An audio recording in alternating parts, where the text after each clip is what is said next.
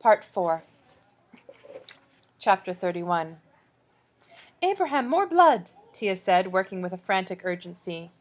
Abraham, his arm in a sling, which was stained red with his own blood, hastened to the cooler. Megan lay on the steel conference table in the main room of our hideout.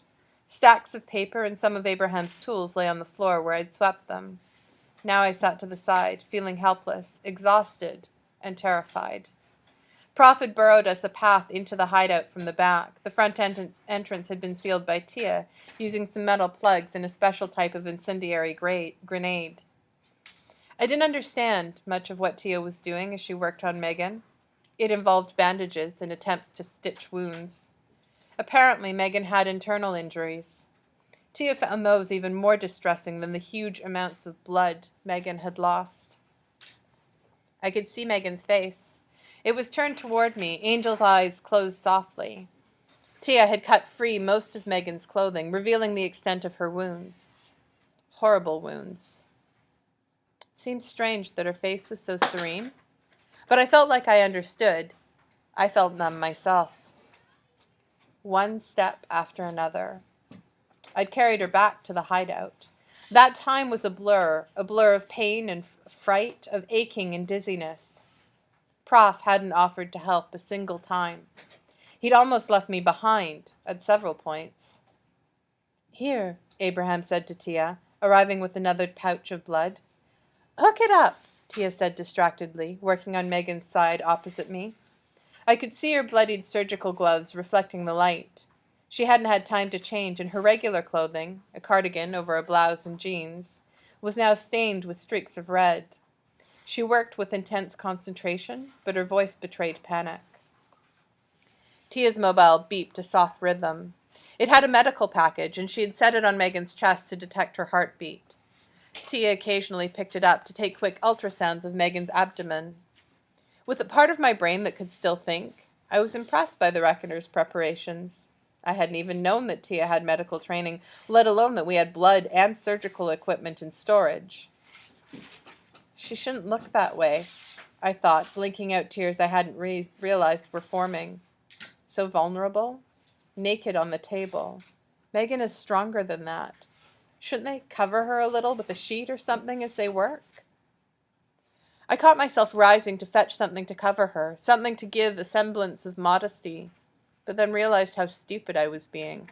Each moment was crucial here, and I couldn't go blundering in and distract Tia. I sat down. I was covered in Megan's blood.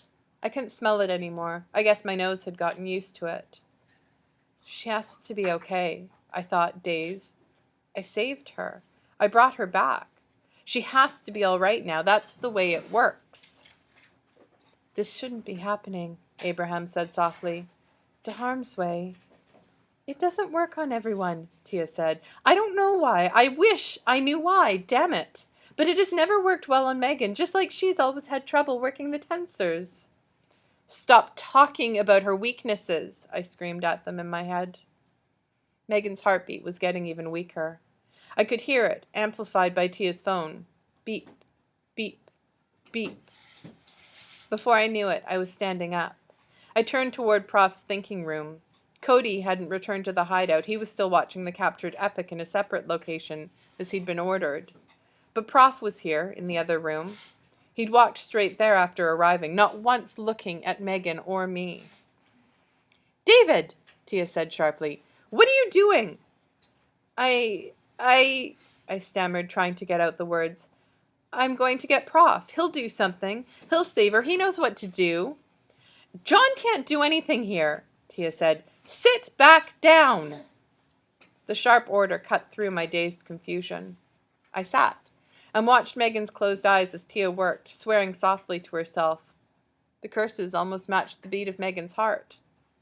Abraham stood to the side, looking helpless. I watched her eyes, watched her serene, calm face as the beats slowed, then stopped. There was no flatline sound from the mobile, just a silence that carried a weight of meaning, nothingness laden with data. "This," I said, blinking tears, I carried her all the way here. Tia." I'm sorry, Tia said. She raised a hand to her face, leaving a bloody mark on her forehead. Then she sighed and leaned back against the wall, looking exhausted. Do something, I said. Not an order. A plea. I've done what I can, Tia said. She's gone, David. Silence. Those wounds were bad, Tia continued. You did everything you could. It's not your fault. To be honest, even if you'd been able to get here immediately, I don't know if she'd have made it. I couldn't think. Cloth rustled. I glanced to the side. Prof stood in the doorway to his room. He dusted off his clothing and he looked clean and dignified, a sharp contrast to the rest of us. His eyes flickered to Megan. She's gone? He asked. His voice had softened a little from before, though he still didn't sound like I felt he should. Tia nodded. Gather what you can, Prof said, slinging a pack over his shoulder. We're abandoning this position. It's been compromised. Tia and Abraham nodded, as if they'd been expecting this order. Abraham did pause to lay a hand on Megan's shoulder and bow his head, and then he moved his hand to the pendant at his neck. He hurried off to gather his tools. I took a blanket from Megan's bedroll, it didn't have sheets, and brought it back to lay over her. Prof looked at me, and he seemed about to object to the frivolous action, but he held his tongue. I tucked the blanket around Megan's shoulders, but left her head exposed. I don't know why people cover the face after someone dies. The face is the only thing left that's still right. I brushed it with my fingers. The skin was still warm. This isn't happening, I thought numbly. The Reckoners don't fail like this. Unfortunately, facts, my own facts, flooded my mind.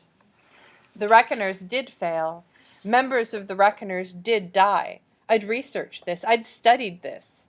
It had happened. It just shouldn't have happened to Megan. I need to see her body cared for, I thought, bending down to pick her up. Leave the corpse, Prof said. I ignored him, then felt him gripping my shoulder. I looked up through bleary eyes and found his expression harsh, eyes wide and angry. They softened as I looked at him. What's done is done, Prof said. We'll burn out this hole and that will be a fitting burial for her.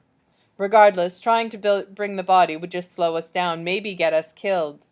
The soldiers are probably still watching the front position. We can't know how long it will take them to find the new coal I cut in here. He hesitated. She's gone, son. I should have run faster, I whispered, in direct contrast to what Tia had said. I should have been able to save her. Are you angry? Prof asked. I abandon the guilt, Prof said. Abandon the denial. Steelheart did this to her. He's our goal. That has to be your focus. We don't have time for grief. We only have time for vengeance. I found myself nodding. Many would have called those the wrong words, but they worked for me. Prof was right. If I moped and grieved, I'd die. I needed something to replace those emotions. Something strong. Anger at Steelheart. That would do it. He'd taken my father from me, and now he'd taken Megan too. I had a lurking understanding that so long as he lived, he'd take everything I loved from me. Hate Steelheart. Use that to keep me going. Yes, I could do that. I nodded. Gather your notes, Prof said, and then pack up the imager. We're leaving in 10 minutes and we'll destroy anything we leave behind. I looked back down the new tunnel Prof had cut into the hideout. Harsh red light glowed at its end, a funeral pyre for Megan.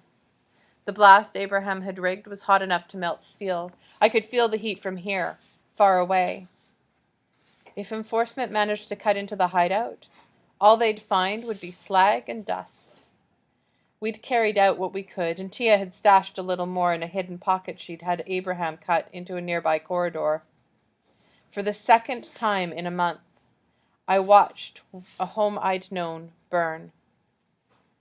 This one took something very dear with it. wanted to say goodbye, to whisper it or at least think it. I couldn't get the word to form. I guess I just wasn't ready.